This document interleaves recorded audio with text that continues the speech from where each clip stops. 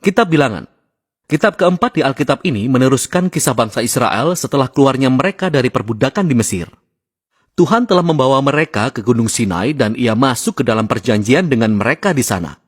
Dan meskipun Israel memberontak, Allah telah dengan murah hati menyediakan jalan bagi Israel untuk tinggal dekat dengan hadiratnya yang kudus di tabernakel. Jadi, Kitab Bilangan dimulai di akhir masa 1 tahun Israel tinggal di Gunung Sinai, dan mereka berangkat menuju padang gurun dalam perjalanan ke tanah yang telah dijanjikan Allah kepada Abraham. Adapun alur kisah kitab ini dirancang sesuai dengan tahapan perjalanan mereka. Bagian pertama dimulai di Gunung Sinai, namun kemudian mereka berjalan menuju padang gurun Paran. Dan kemudian, dari sana mereka mengarah ke dataran Moab, yang tepat berseberangan dengan tanah perjanjian. Bagian pertama dibuka dengan sebuah sensus di mana semua orang dihitung. Dari sinilah nama kitab ini diambil. Dan kemudian, ada hukum-hukum tentang bagaimana suku Israel itu harus diatur dalam perkemahan mereka. Jadi tabernakel harus berada di tengah, dan kemudian dikelilingi oleh para imam dan suku Lewi. Dan kemudian di sekeliling mereka, kedua belah suku diatur dengan rapi, dengan suku Yehuda sebagai kepala. Ini semua simbol terperinci tentang bagaimana kehadiran Allah yang kudus berada di pusat keberadaan mereka sebagai umatnya. Semua ini diikuti dengan serangkaian hukum yang mengembangkan hukum-hukum kesucian kitab imamat. Supaya hadirat Allah bisa hadir di tengah-tengah mereka, maka setiap upaya harus dilakukan agar kemah menjadi tahir, tempat untuk menyambut kekudusan Allah. Dalam pasal 10, awan kemuliaan Allah naik dari atas tabernakel dan menuntun orang Israel berangkat dari Sinai menuju padang gurun. Dan seketika keadaan menjadi sangat buruk. Di pasal 11, bangsa ini mulai bersungut-sungut karena lapar dan haus, dan bagaimana mereka ingin kembali ke Mesir. Dan kemudian di pasal 12, kakak-kakak Musa sendiri mulai menentang dan menjelek-jelekan dia di hadapan semua orang. Perjalanan ini tidak berawal dengan baik. Bagian selanjutnya dimulai ketika orang Israel tiba di padang gurun Paran, sekitar setengah perjalanan menuju ke tanah perjanjian.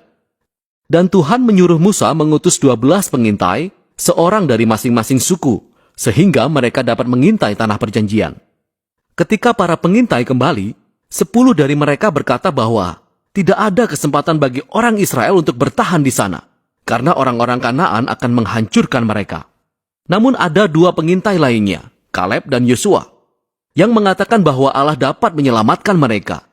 Akan tetapi 10 pengintai itu membangkitkan kemarahan yang menakutkan dari orang-orang, dan mereka mulai merencanakan pemberontakan. Mereka berencana untuk menunjuk pemimpin baru dan kembali ke Mesir. Maka sewajarnya Tuhan marah, sehingga Musa pun memohon bagi bangsa ini. Dia meminta Tuhan untuk setia terhadap janjinya kepada Abraham. Dan Tuhan melakukan permintaannya, tapi tidak mengorbankan keadilannya. Ia memberikan apa yang diminta umat ini untuk tidak masuk ke tanah perjanjian.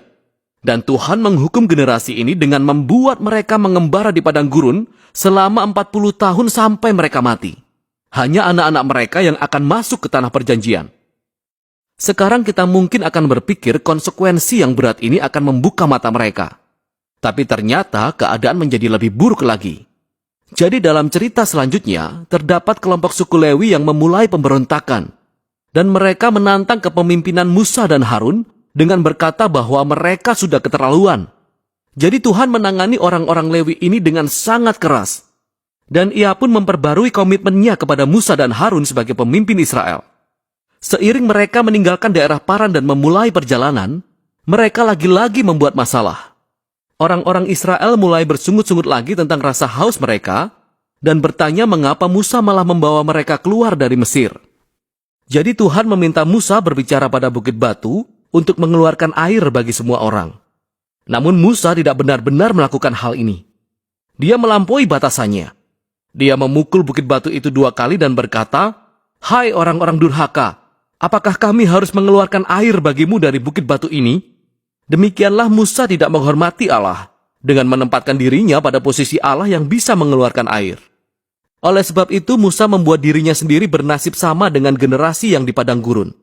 Ia juga akan mati di padang gurun dan tidak akan pernah masuk ke tanah perjanjian. Setelah ini, orang Israel memberontak lagi dan Allah memberikan hukuman yang sangat aneh pada mereka. Ular-ular berbisa datang dan memagut mereka. Dan Musa pun harus memohon lagi bagi orang Israel, dan Tuhan memerintahkan Musa untuk melakukan ini. Membuat ular tembaga dan menaruhnya pada tiang. Maka siapapun yang melihat ular ini akan disembuhkan dari pagutan ular berbisa. Ini adalah simbol yang sangat aneh. Tapi ini menunjukkan tantangan yang harus dihadapi Allah karena kesetiaannya pada perjanjiannya. Ia bertindak benar dengan mengadili kejahatan dan dosa orang Israel. Tapi malahan pengadilan Allah berubah menjadi sumber kehidupan bagi mereka yang akan mencari Tuhan untuk kesembuhan. Dari sini orang-orang berjalan menuju dataran Moab. Bagian utama yang pertama dalam bab ini berfokus pada sosok aneh Bileam. Jadi Raja Moab menjadi panik mendapati sekelompok besar orang yang mengembara melalui daerah kekuasaannya. Sehingga dia menyewa seorang tukang sihir penyembah berhala, Bileam, untuk memperkatakan kutuk terhadap Israel. Dan setelah 3 kali mencoba, Bileam mendapati bahwa dia tidak bisa mengutuk mereka. Dia hanya bisa mengucapkan berkat atas Israel. Ingatlah janji Allah kepada Abraham dari Kejadian 12. Selain Bileam tidak dapat mengutuk Israel, Tuhan juga memberinya visi tentang Raja Israel di masa depan yang suatu hari nanti akan membawa keadilan Allah bagi semua bangsa.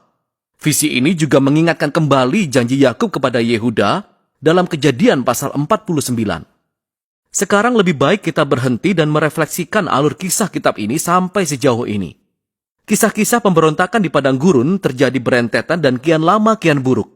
Dan sementara Allah memang menurunkan penghakiman secara parsial pada orang Israel, Dia juga tetap menunjukkan belas kasihan, menyediakan makanan dan air di sepanjang perjalanan.